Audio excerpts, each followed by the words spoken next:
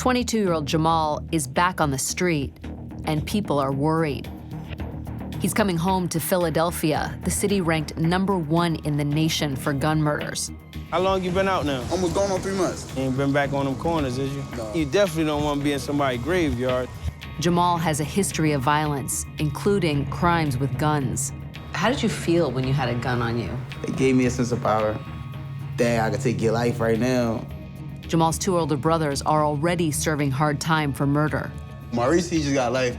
My other brother, William, he just got life without parole. Are you nervous about Jamal's future? Jamal's 22, he's a man. I'm gonna have to let him do what he has to do. Tonight, we take you to the streets of Philadelphia, where someone is shot every 7 hours. Can the men who run these streets give up a code that's made murder and revenge a way of life? Or will the killing simply carry on? I'm burying my kids, y'all, and I'm tired of it. I'm burying my kids. How many mothers do you know who've lost kids in Philly? About 30. You know 30 women who've lost kids. Yeah. It's a problem with no easy answers, but one solution may be coming from a surprising place: former criminals who used to rule these corners. I heard you say something that stood out. You said something like, we messed up these streets, now we gotta fix it. Yeah, and that's what I believe. The people are scared to come outside because there's bloodshed everywhere. America, it can be inspiring and beautiful. It can also be dark and ugly. It's so many things, but it's ours. It's our America.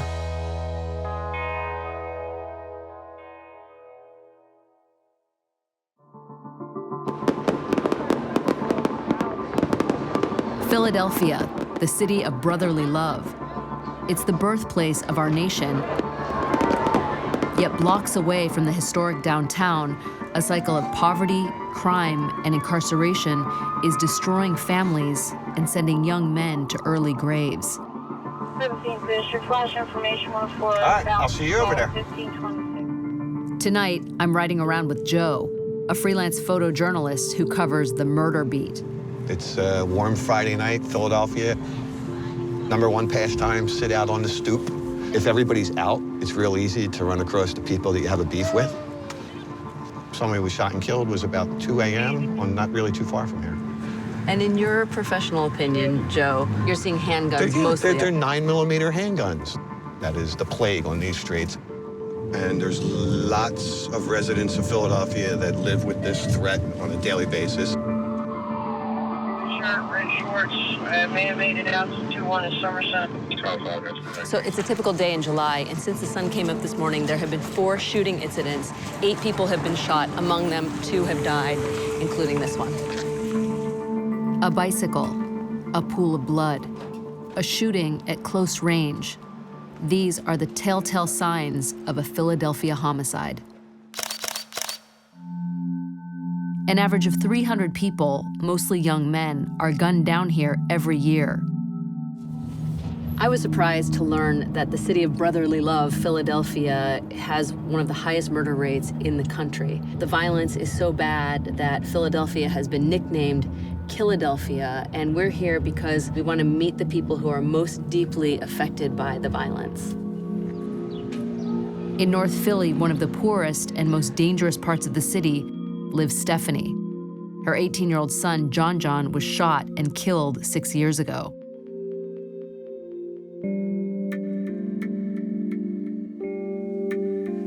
Is this room exactly how it was when he died? Exactly how it was when my baby got murdered. This is where he slept.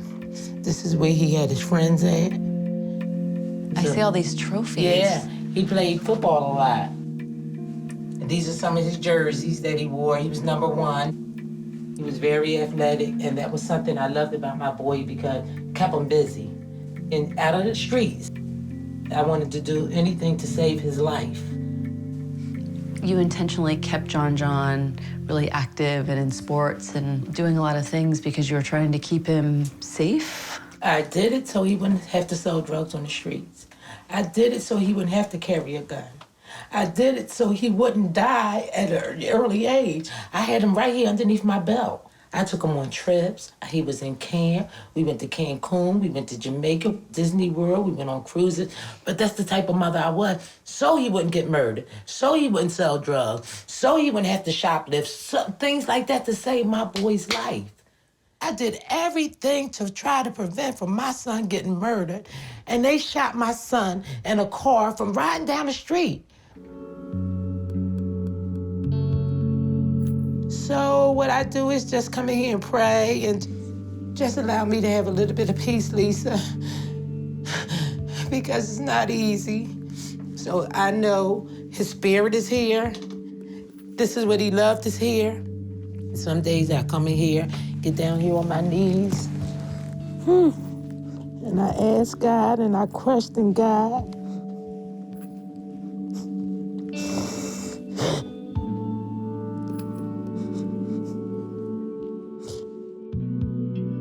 Stephanie struggled to shelter her son from the drugs and violence just outside her door. After high school, he enrolled in college and was studying to be an engineer. But when John traded taunts with a neighboring clique, a petty dispute turned fatal. Within minutes, John was shot and killed in his car just blocks from his home. His 16-year-old killer immortalized the murder on YouTube. Trying to put it into this beef that we got, so don't be surprised if I run up with the gun up. When John was killed, it ignited a series of retributions. Why did that happen? It was a retaliation from this side to that side, this side to that side. From all that, 6 murders happened. We lost 6 men. The guy that murdered my son is in prison. The guy that murdered the next boy was in prison. But look how many men we lost off the streets. All of us without a son. All of us, some kids without a father. Retaliation. How many mothers do you know who've lost kids in Philly? Personal friends, about 30. You know 30 women who've lost kids? Yeah. For 3 years after John's death, Stephanie's life spiraled out of control. There were 3 suicide attempts. Each followed the anniversary of her son's death.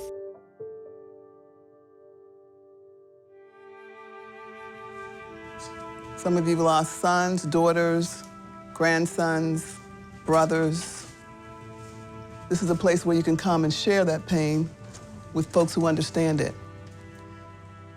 Stephanie felt she had nowhere to turn until she discovered Mothers in Charge, a support group for women whose loved ones have been murdered.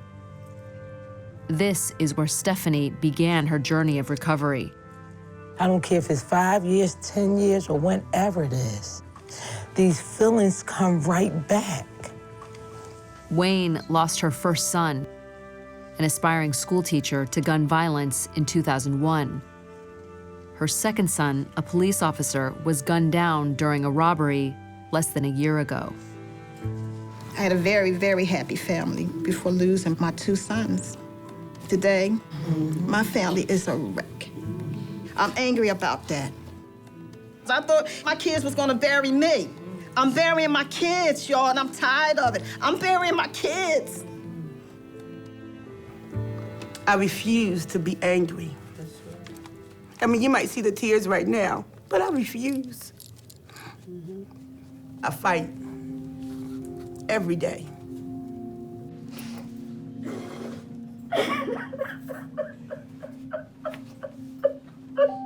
In the last 20 years, some 6,000 mothers have witnessed their loved ones murdered in the streets of Philadelphia, leaving a generation of women traumatized by gun violence. As I sat in that room tonight, I was just listening to story after story from these mothers who, some of them lost their child last year, some of them lost their child 8, 10 years ago, but yet the pain is still so deep. And as a mother myself, all I could think about was how I would feel if anything happened to my own daughter. And that's really part of this story that we rarely ever hear about, that behind every statistic, every name that we read about in the paper, there is a grieving mother. Outside these walls, there's been another shooting. A group of ex-cons descend on the crime scene to send a message to the community. How many times have you been shot, I've been shot 5 times, close range in my heart. I got a bullet lodged in my heart right now.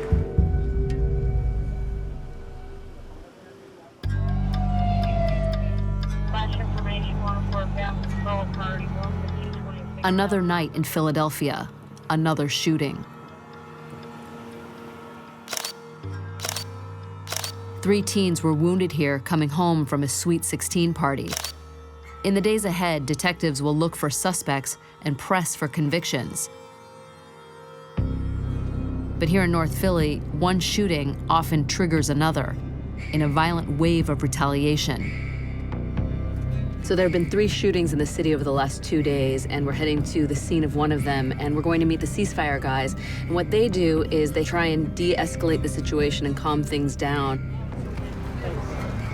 Hey guys, how you doing? Welcome to the Terror Dome, y'all here. Welcome to the Terror Dome, did you say? Terror Dome. This is Philadelphia Ceasefire. Caseworkers who are mostly ex-cons turning over a new leaf. They once sold drugs and flashed weapons on Philly's corners. Now they've returned bearing a message of peace. So what are you all doing out here? We're about trying to get in front of the crime before it happened. If the crime already happened, we try to prevent the retaliation from the crime. If a cop come, they won't talk to a police officer, but they'll talk to me because I grew up here. I also was once a part of this violence in the street. So therefore, I use my past, and I try to let them know that it's a different way. We out here to stop the violence, Papa. In the past 2 decades, these former criminals ran these streets. They told me that things have become so dangerous that kids don't have anywhere to play. This is a playground. So this is the only place that kids have to play? This is what they have to play in. Nighttime is a drug zone. It's a war zone. Now they want to rebuild their community and try to save the next generation from destroying itself. Y'all gotta help us too. Y'all gotta say, listen, man, that ain't right. Because a good word will go a long way. 36-year-old Terry knows what it takes to survive on these streets. He was once a major player in the local drug trade. I got shot 5 times in the chest. You know, I really fight this stuff passionately. I heard you say something yesterday that stood out. You said something like, we messed up these streets, now we gotta fix it. Yeah, and that's what I believe. Growing up, we was wild. But now I'm here because I choose to do right. The people are being imprisoned in their houses because they scared to come outside. Because it's violence all out their door, bloodshed everywhere. When Terry was a child, his father was a drug addict and his mother attempted suicide. To help feed his 7 siblings, Terry worked for a local dealer selling crack. From 7, I started out on the corners as a lookout. And when I got of a certain age, I graduated into selling on the corner. And by the age of 13, I had my own apartment. And I was still taking care of my mother, feeding my family. I probably was making $5,000 to $10,000 a day. It's just like a person getting a degree in sociology or criminology. Basically, we got a degree in the streets. But at age 25, Terry's street hustle came to a violent end when a partner in crime shot him 5 times at close range. How'd you get shot so many times? It was a guy who I trusted, you know. He come to my house, I go to his house. He shot me in front of his wife and his children, you know, for the money. All thing I remember was going into the hospital and everybody screaming. And then I woke up 19 days later. For Terry, stopping the bloodshed means stepping up and becoming a new kind of role model. With Ceasefire, he mentors young men at risk of gun violence, like 22-year-old Jamal, fresh out of prison. Hey, Ma, where you been at, man? I can't find you. Where you been? So how you been feeling, man? I've been feeling great. How long you been out now? We're going on 3 months. 3 months? You ain't been back on them corners, is you? Nah. You sure, man? Yeah, I'm positive. I know I'm not around you 24 hours. You gotta be honest. I ain't gonna say, like, my mind don't feel as though I'll be trying to go back there to get the fast money, but I also know, like, I gotta be patient. And you definitely don't want to be in somebody's graveyard. Jamal is one of the guys you mentored. He has a temper.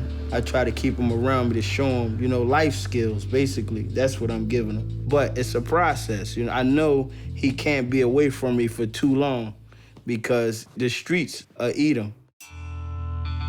Jamal did 4 years in prison for robbery and parole violation. He's now living back home with his mother, stepfather, and 3 brothers, looking for a job in a neighborhood where unemployment is at 14%, one of the highest rates in the country.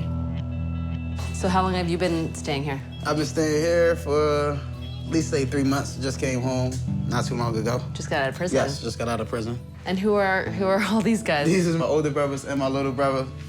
That's you right there. Yes, this is me right there. Such a cutie. How old were you there? I was like about 5 years old. You're a good boy then.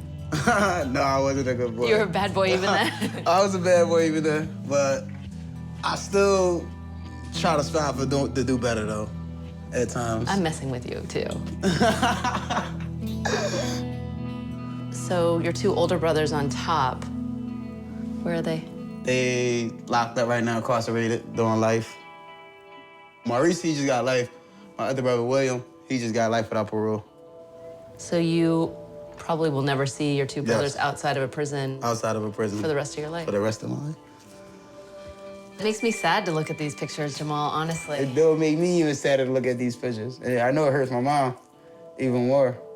And you've already been locked up how many times? Multiple. Multiple times? Multiple times. Jamal's mother and stepfather worked hard to raise their 6 sons and keep them out of trouble. But Jamal's 2 older brothers became drawn into a culture of the street that glorified easy money and guns. When you were a kid, were you exposed to a lot of guns? Yeah, I was. In what way? My older brother having it. He going upstairs, me seeing where he put it, going to get it. I probably was around 13. A lot of my friends have guns. Where did they get them? Off the streets. Somebody come selling them, somebody will buy it. So have you ever used a gun to intimidate people? Yeah, I did that before. It was petty stuff though, like robbing for a phone or just to rob them just to say we robbed them. How did you feel when you had a gun on you? In a certain way, I liked it because like people would walk around saying, "Oh yeah, did y'all see Jamal? He just had a gun on him, or he just had this." So it's like giving me a reputation now. It gave me a sense of power. Dad, I could take your life right now.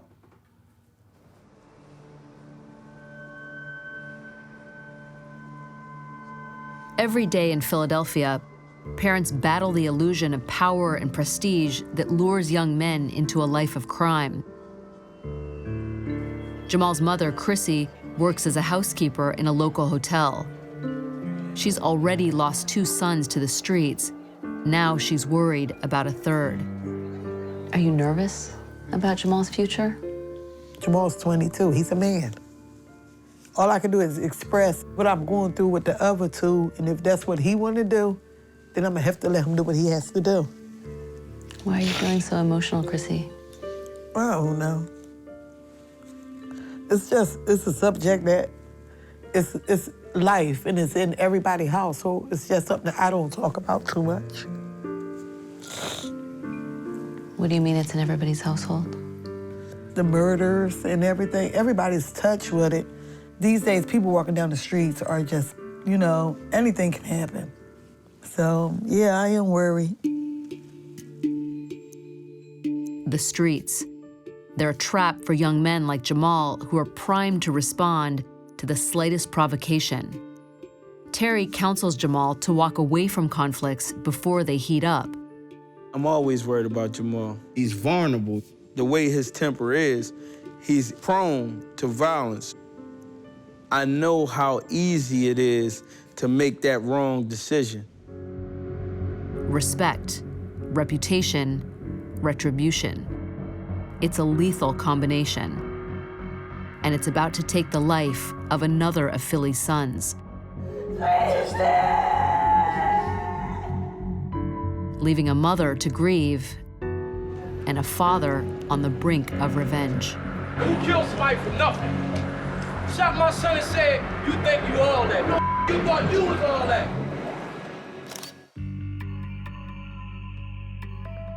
An average of 5 young men are shot and killed each week on the streets of Philadelphia. In most homicide cases, a black market weapon is used for the killing.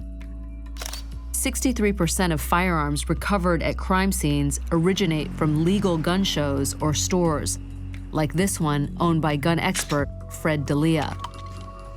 If I am a Pennsylvania resident and I wanted to buy a Glock today, how would I go about doing it? Give me your driver's license. We take the forms. Everything's filled out. Your signature, we call the state up. If there's no record, you're out of here. So if I don't have any felonies, that's basically it? That's it, yeah. So what if I want to buy a gun for my boyfriend who had some problems with the law, but you don't know that. I give you my background. That's correct. I can still walk out and give it to my boyfriend? Yeah, now you know what you just done, though? You just broke the law. Straw purchase. Fred abides by the law, but he told me it's hard to stop one of the main suppliers to Philadelphia's black market, those known as straw purchasers.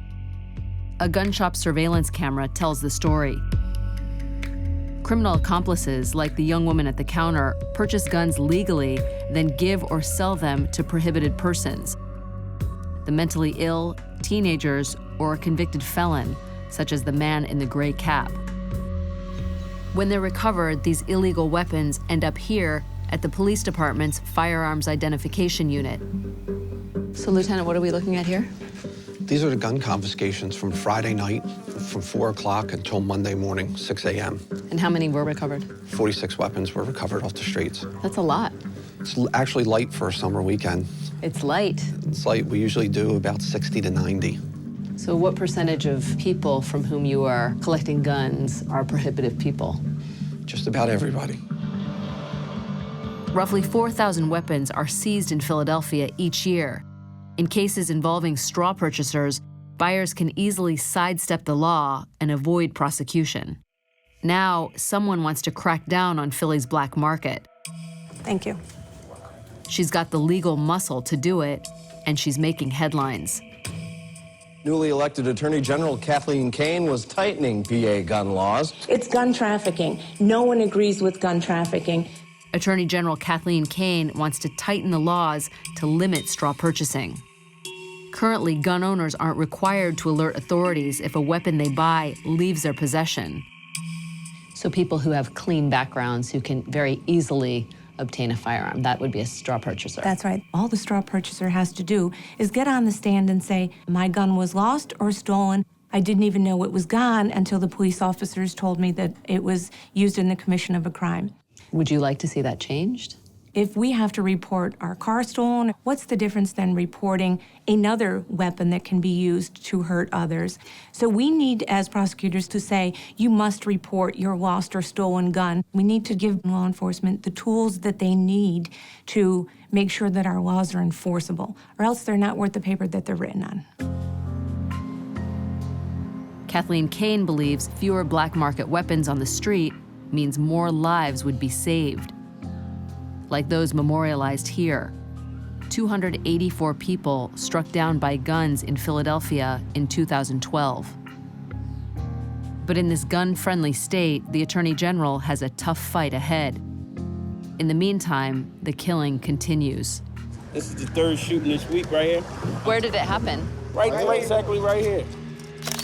When officers arrived, they found the 19-year-old victim lying on the sidewalk, shot twice in the head from point-blank range. The young man shot here, Tracy Jr., died outside a popular nightclub just blocks from his home.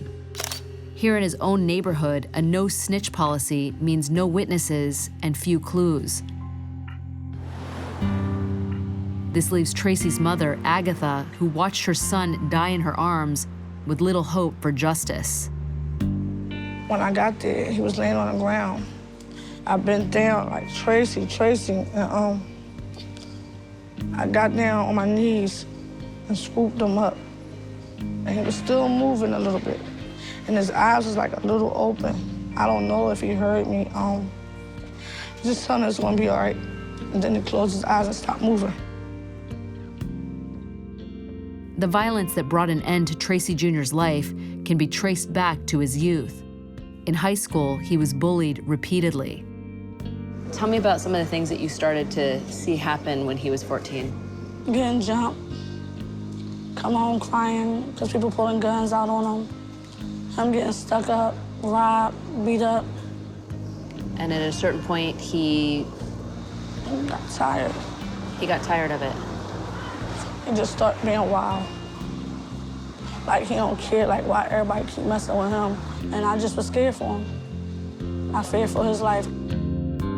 Agatha had good reason to be afraid. What she called her son's wild behavior gave him a reputation and enemies. Tracy also had a gun, but in the end, it failed to protect him. When people are shot or killed in this neighborhood, do people report it to authorities? Do no, they're scared of retaliation. Like, in the neighborhood is a code. You know who to mess with and who not to mess with. You know who to come after and who not to come after.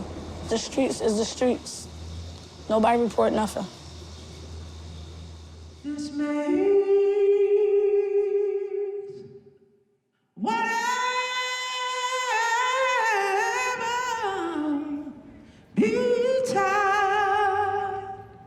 God will take care of you.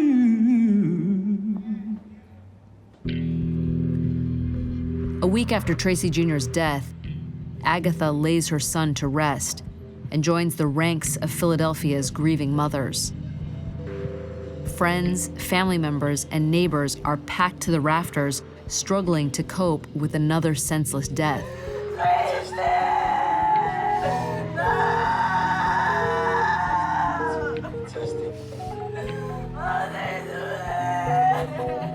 For those gathered here today, their grief is compounded by knowing Tracy's killer is still at large and that retaliation could be just around the corner.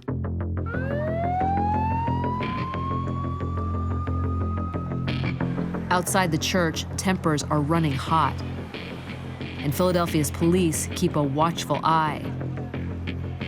At the center of the storm is Tracy Jr.'s father. Who killed somebody for nothing? Shot my son and said, you think you all that. No, you thought you was all that. That's when my son got killed, though. That's what he told him. Then you got some of your own here to see what's going on. A father's rage, an unsolved murder. Add guns to the equation, and violence quickly follows. Can a group like Ceasefire stop this kind of situation from spiraling out of control? This is Tracy. Okay. The senior, right here.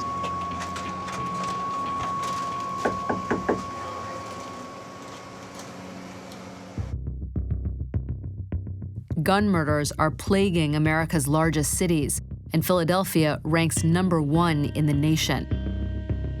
But instead of giving up hope, some people have chosen to fight back. I'm heading out with Ceasefire caseworker Quinzel. We're en route to meet Tracy Sr., the man who flew into a rage outside his son's funeral 2 weeks ago. Quinzel's assignment: stop a grieving father from taking justice into his own hands. How do you know that Tracy Sr. wanted revenge? Because he told me. You know, what would he say? Like, it's bothering me, man. The streets already know who it is. When we saw him at the funeral, he was angry. Do you think if you weren't around, he might have gone out and shot somebody? Without a doubt, he did that already. He has a history with carrying guns, shooting guns. What does it mean to have a gun in these neighborhoods? You know, a lot of young guys, they want rep. They want respect. They hate to take a loss. They hate to be embarrassed. You disrespected me? You disrespect me in front of a lot of people. You think I'm a chump, you think I'm a sucker. So that's when you want to go get the gun. It's kind of like the ultimate power, having a gun, isn't it? Yeah. I mean, you have power over everyone and everything. That's exactly what it is. Exactly what it is. This is Tracy. Okay. The senior, right here.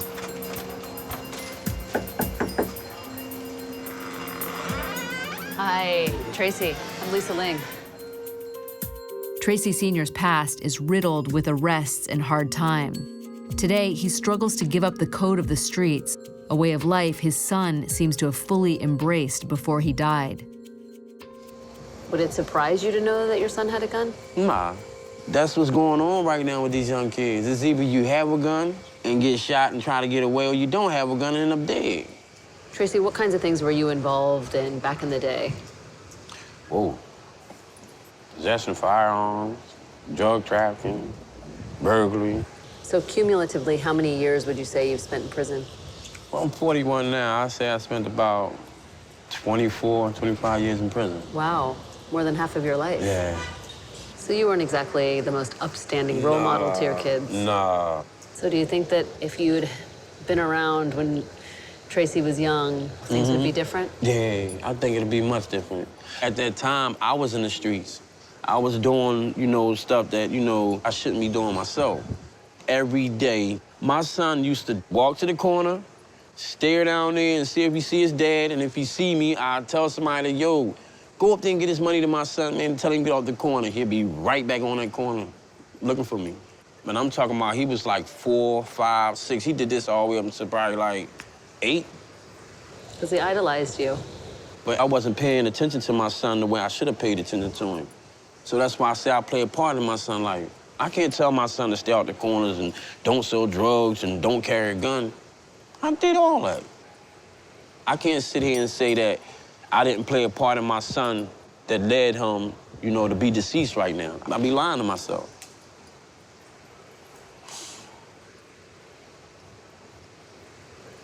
After you found out that Tracy had been killed, there was a pretty good idea of who did it, right? During the course of the days going by to his funeral, we found out. And what was your first instinct when you found out? Did you want to exact revenge on the person who killed Tracy? I'm not going to sit here and lie to you. At that particular time, yes, who wouldn't? Because that's your child. No matter what he do, no matter what's going on, that's your child. So, did I want to retaliate? Sure, I did. Has Quinzel been really able to help you calm down because you've been so emotional over Tracy's death? When I was going to go do something, that's who I called before I went and did anything. He told me the route to take that would be a better route, not only for me, but for the rest of my kids. So he kind of talked you down? Yeah, he did a lot. He did a lot of that.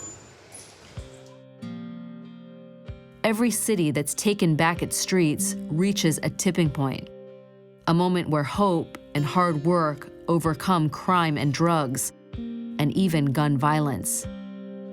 If that's going to happen in Philadelphia, this block might be the spot where it all gets started.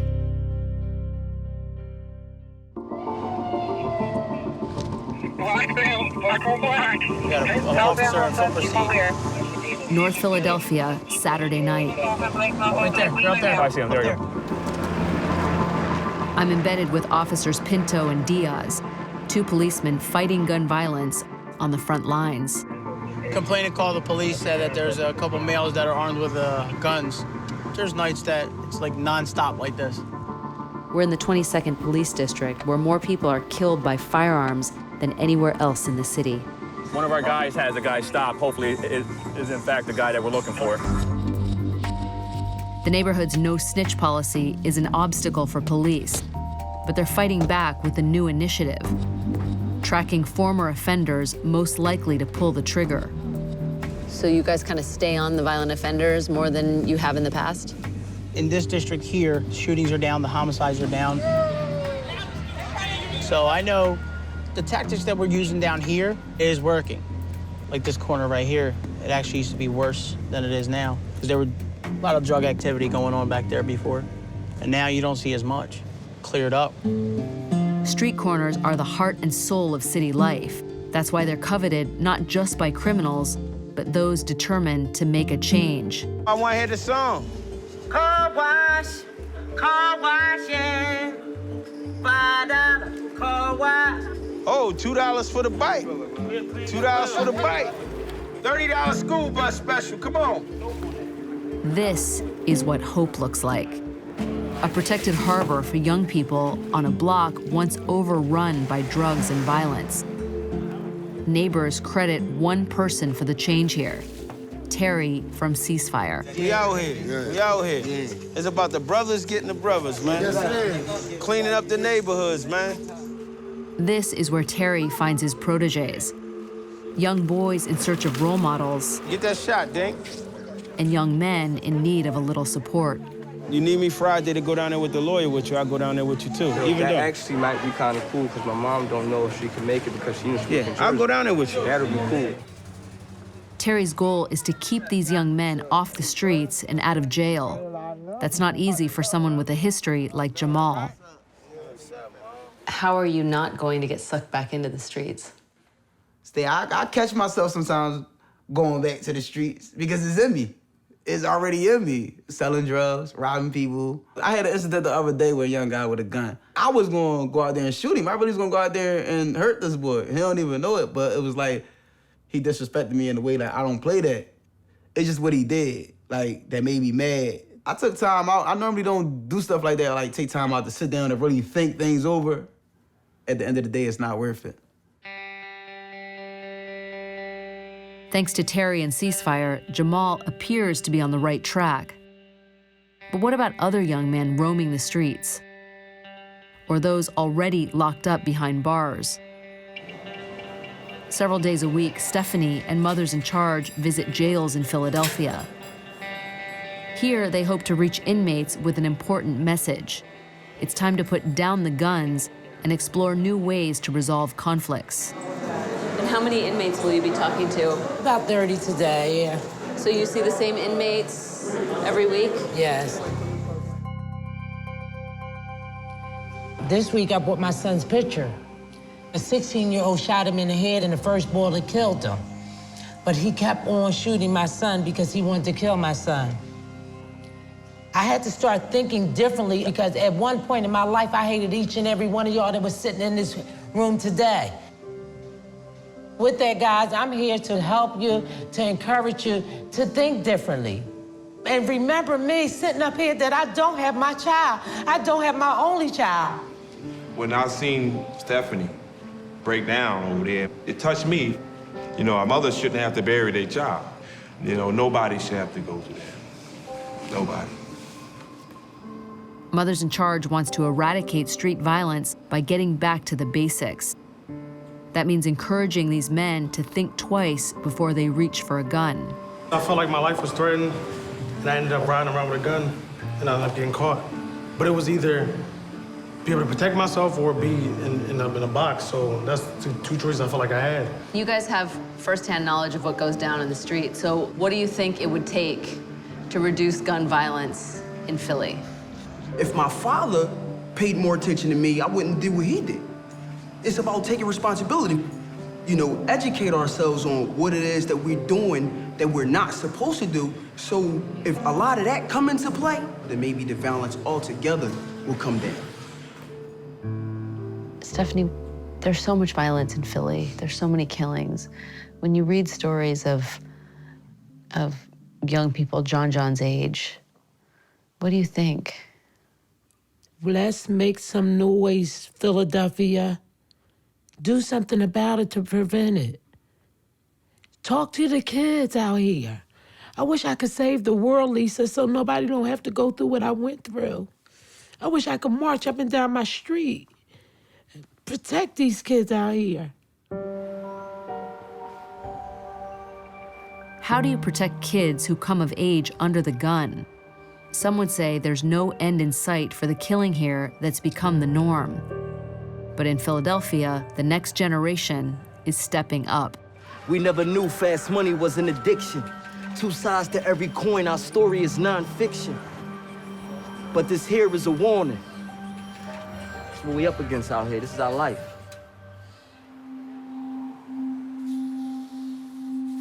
The pain and trauma I've witnessed in Philadelphia are almost beyond belief. But so too is the courage. In this city where a fifth of the population has a criminal record, Philadelphia Ceasefire continues to expand its role in the community, helping not only to end violence, but to improve people's lives. Job title. I know I'm holding you up, man. I appreciate it, though. Oh, you're good, huh? For Tracy Sr., retribution for his son's murder is no longer on his mind. His new priority is getting a job. The salary you was making there. With Quinzel's help, he's applying for a minimum wage position at a local store. It's a far cry from the big money he could make on the corner, but Tracy has left those days behind. And now I got it right. Would you say that this change that has happened in you, has Quinzel been part of that? You know, he been there where I was at. He know the struggle, he know the problem, he know how it is, he know how to say, this ain't right, I'm gonna take this turn. So me listening to him will be better than me listening to somebody else. I know that he's been in and out of the facilities with me, you know. When the things that he tell me, it makes me sit there and listen and want more. Back on Terry's corner, I can see firsthand how his mentoring has paid off for those fortunate enough to have found their way into his fold. Terry said that there hasn't been a shooting on this block in 6 years. In a long time. Correct. You need more people in this corner, though. I mean, If you guys didn't have Terry, where do you think you'd be? we wouldn't be here. Probably be doing our thing. That's not positive at all. After your dad was shot, you really wanted to retaliate. Oh, of course. I wanted to kill everything moving. So how did you stop yourself? Terry. This is how you repair the village, and now we fixing it. This is a whole chain reaction. So now they beginning to help people. They the new mentors, and I want to see what they do. Because, you know, we die off, and they inherit the earth. So at the end of the day, it's up to them. In a country where over 10,000 Americans are murdered by guns every year, it's all too easy to go numb to the violence we see dominating our nightly news. It can seem like too big a problem for anyone to do anything about, but there is a way forward. By asking ourselves how and why these communities have become so dangerous, we might be able to start saving lives right here in Philadelphia.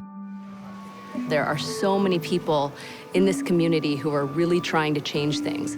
The mothers, the activist ex-felons, the cops, the universities. They are all desperately trying to take the streets back and exhibit a little brotherly love.